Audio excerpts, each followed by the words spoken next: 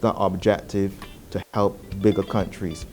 We have the expertise and the competencies within the Caribbean to go further in providing services like others come to our country to provide that service. Don't let cyber attacks add to your stress.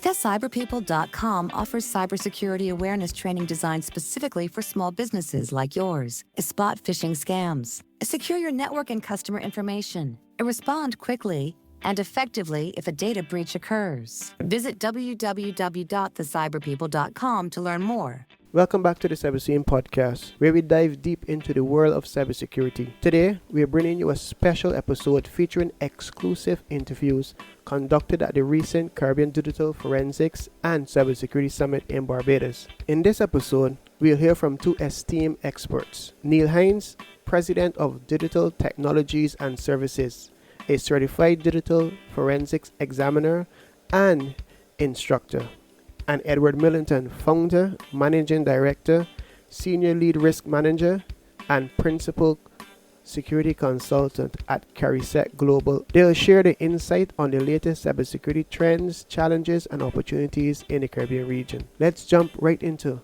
the conversation. Welcome, Mr. Millington. Thank you for taking this opportunity to sit down with the cyber people. Let's get started. What common misconceptions about cybersecurity do you encounter among Barbadian businesses? Cybersecurity is unfortunately an IT problem, and this is not only within the region, it's globally. Many times cybersecurity is left really for IT to handle. And this is basically because at the governance level, corporate, chairman, CEO, for them to see this as a technical issue. But if they can only understand that cyber risk is really one of the grave risks that can put their organization by just a click of a button. You have to wait till a fire burn on the building. A flood might not always come, etc.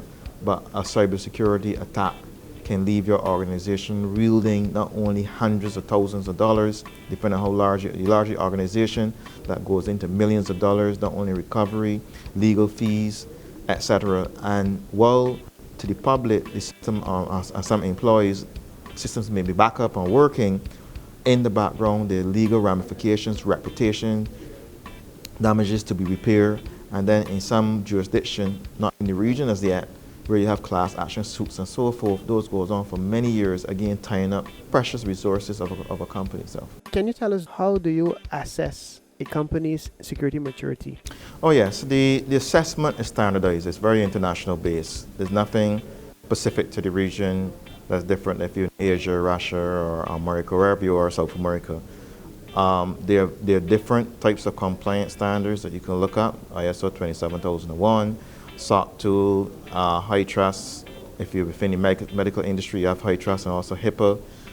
You also have the NIST, Cybersecurity Framework 2.0. But what the process is to have that discussion with the client, see what they want to be compliant with. If not, you can make recommendations based on the type of business work, the structure, and so forth.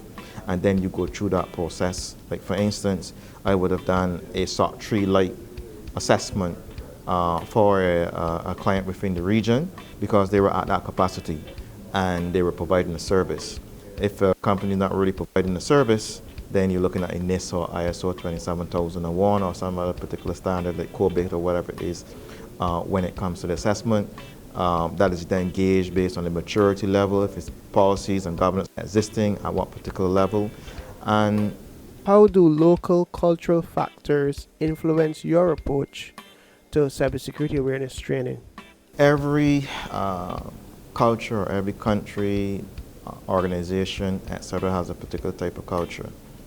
And many of us will be aware of, if you're Chinese or if you're American and so forth, each one of us have a particular culture. So any program has to be designed, implemented, and supported from a culture point of view or from the context of the organization itself.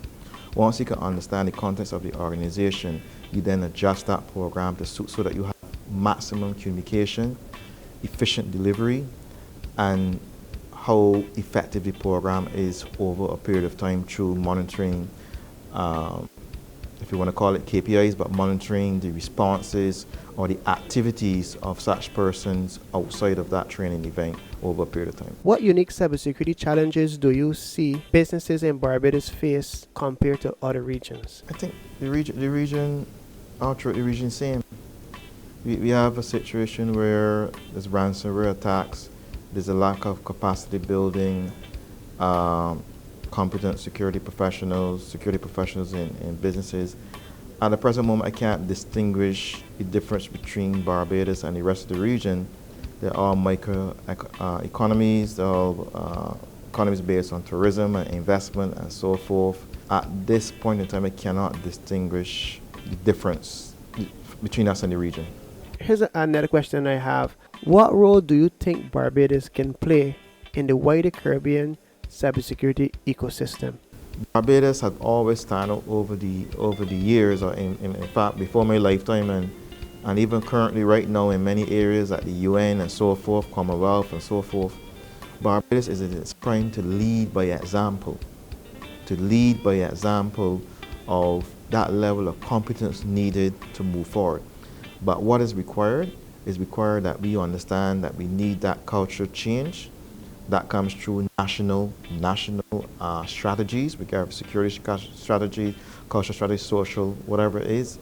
Once we understand that those changes are needed, we can then become that leading prime example for the region to make those changes. I think that we can do it. We have the capacity. We have a son of the soul, Niall Harper, who's reaching very high heights in the security field. It means then that we can attain it. We have David Gittings, who has been out there for quite a while, advocating.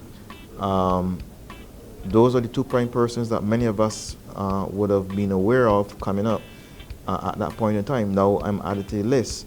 So we are almost to some point, based on our age and our efforts and so forth. Sometimes we do more than others. Sometimes we become more vocal and so forth. The time is almost right for different situations. There will be someone that will come after me.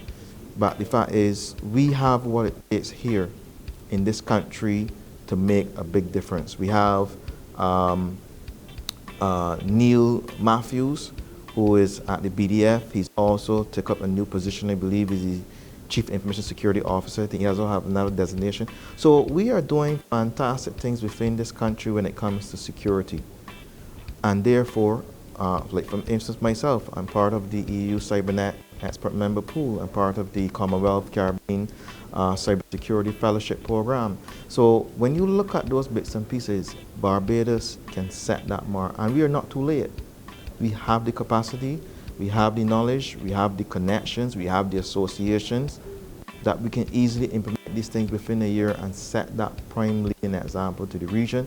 Not to downplay that we are meccas, but to say, you know what, we've been through it, we work hard, let us move forward in creating these national or these regional strategies because we did it nationally.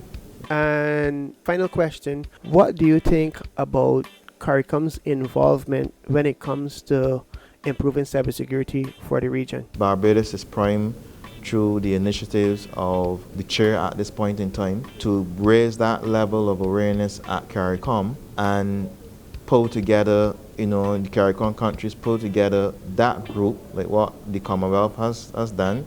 We also have the OECS and so forth. But I really think that what CARICOM can do is to work with the agencies, and that's what usually happens, to work with the agencies to create a program.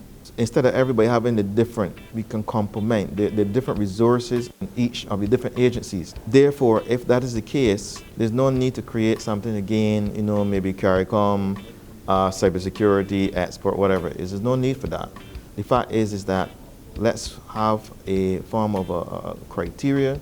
We create a necessary program, all the agencies agree on, and utilize the existing resources that are out there to build a regional cybersecurity resilience program. And I will go one step further. As we continue to develop in a digital form, we need to build digital operational resilience. That means then that from the governance policies, each country is unique, so you have a choice to either try to form each country the same, which is not possible.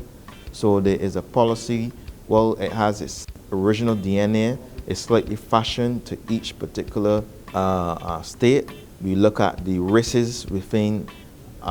If we're looking at funding, if we look at the common risk through all of the states, and then we go on a need of that awareness training program, look at some of the controls that can be put in place, work in each island, so we have that capacity, bring together the capacity from each particular agency with a common objective. You highlight those controls that can help those actionable goals, small goals achievement, and then we look at continuing monitoring and continuing development of that program. When you can start something small and achieve the small goals, you can go far.